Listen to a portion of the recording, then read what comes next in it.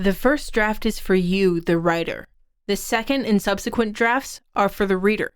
Trying to do both things at once, figuring out what we want to say while also fashioning it for another human being to read, is the curse of writer's block. Karen Carbo. You're listening to Writing Roots, brought to you by Aspen House Publishing.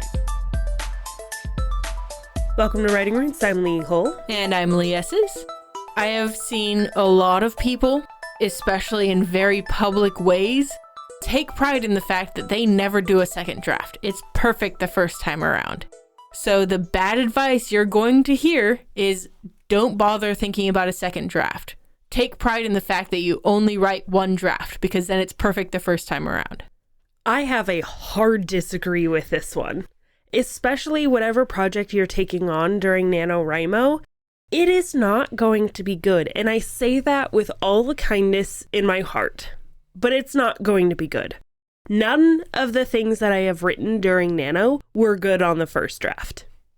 There are reasons why people say it, why people take pride in the fact that they never write a second draft, and the logic behind this type of bad writing advice can come down to just a couple of things. It's the idea that if it's good, it'll stand on its own and there's no use in polishing a turd. Unfortunately, that's just not true. It can be good, but still need a lot of work. There's also this idea that if you're a really talented writer, then you won't need an editor. You won't need to polish what you've written, because the truly talented people get it right the first time. I know I talk about Sanderson a lot, but in my mind, he is a truly talented writer.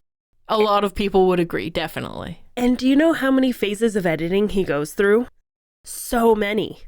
So many phases of editing and alpha reading and beta reading. I think he even does something like gamma reading. There is no end to the amount that he's willing to have other people read his work and let him know what needs to improve. And that, to me, is the true mark of a good writer, is the recognition that it can always be better. And identifying how to make it better. There are so many reasons why never do a second draft is terrible writing advice. One of the main things in my personal life that I learned this lesson the hard way is expecting perfection the first time around is a paralytic. Man, I feel called out by this month. Last episode, yeah, I did that. This episode, yeah, I did that.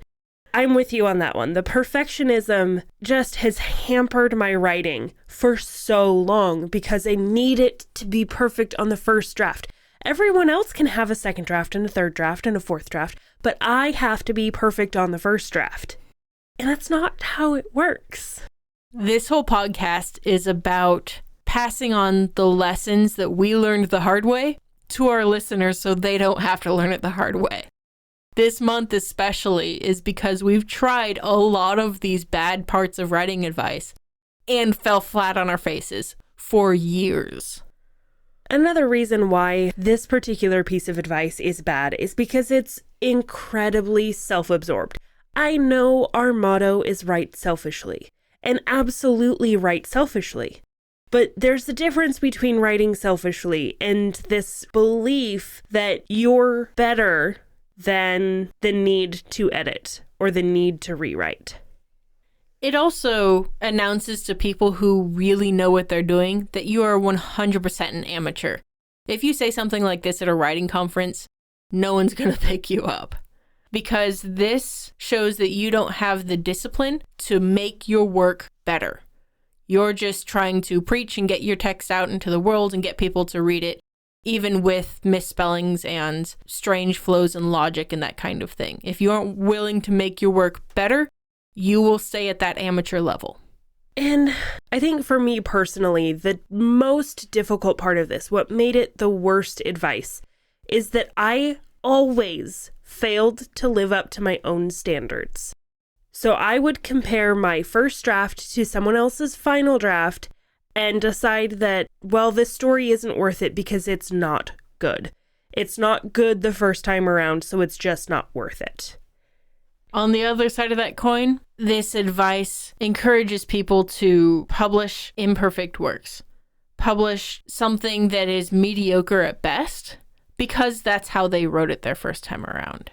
But there is a reason why this advice keeps getting passed around, and that's because there is some good elements to it that have just been misconstrued and misrepresented in many ways. So, how this should be done is instead of only writing one draft, you do need to limit the number of drafts you have. You probably don't want to have 12 because reworking the same thing is just going to kill it. I would say that having 12 drafts is just as bad as only having one draft. There's a certain sweet spot, and where that is differs depending on the type of writer you are. But there's a certain sweet spot when you have to release your text into the world and let it be free on its own. I recently saw someone, I think on Instagram, say that your writing will never be good. And the idea behind that phrase was that to you, to the author, you're always going to find something else that needs to be fixed, something else that can be improved. So if you're always trying to rework and redo and build and improve, you're never actually going to finish anything and you'll get diminishing returns on your work. So there comes a point where you need to give up, make it as good as you can, and then let go of it. Let someone else do the work and edit it.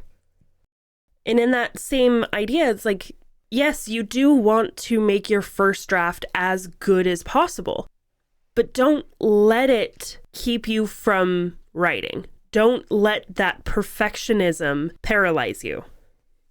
And I can say from personal experience that not every first draft that you write needs to be published. I've only published about half of the manuscripts that I've completed because there is a second draft that needs to be done. There is editing that needs to be done. There's a lot that needs to happen to polish it, but I'm more interested in the process of writing the first draft than I am in the publishing process. So if you like your first draft exactly as it is, feel free to just set it aside. You've gotten what you want out of that story. Time to write something else. That is completely okay. So if somebody comes up to you and they try to tell you that you shouldn't do a second draft, if someone says, oh yeah, I didn't need to do a second draft, you just respond by congratulating them and moving on. Because there's very little use in arguing with someone who has this mentality. Instead, prove the worth of your story with your actions. And because I'm the Slytherin between the two of us and I am a very spite-filled human being, I would love to just ask these people at some point if they think that they themselves are perfect.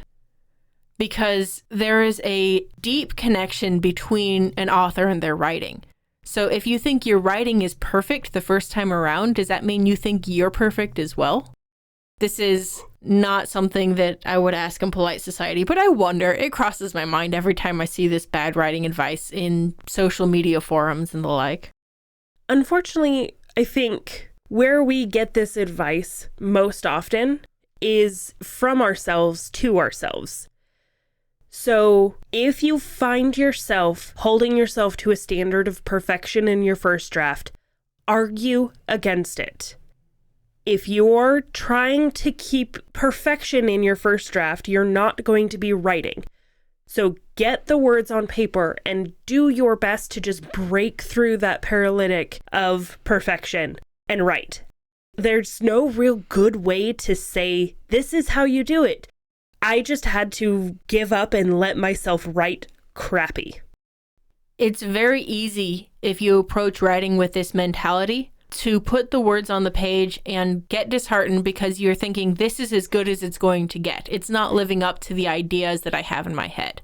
Instead of saying this is as good as it's going to get, look at your writing and think it can only get better from here. Because if you start where you are with a great first draft and you make it even better with a second draft, third draft, then it's much easier to improve your writing and look on your writing in a positive light. I have to look at my first draft like an outline. I write a very, very detailed outline for my story with first draft because I don't write an outline before then. So I try to view it as the framework, the baseline, and then I'm going to continue building and creating and filling in the details from there in the second draft, in the third draft. And things can be fixed, things can be edited. What doesn't exist cannot be fixed. So don't wear these chains of being locked into perfectionism on that first draft. Write a second draft, write a third draft, because it will free you up to write selfishly. If you have a question or comment for our hosts or a topic you'd like us to cover, send us an email at writingroots@aspenhousepublishing.com or find us on Facebook by searching for Aspen House Publishing.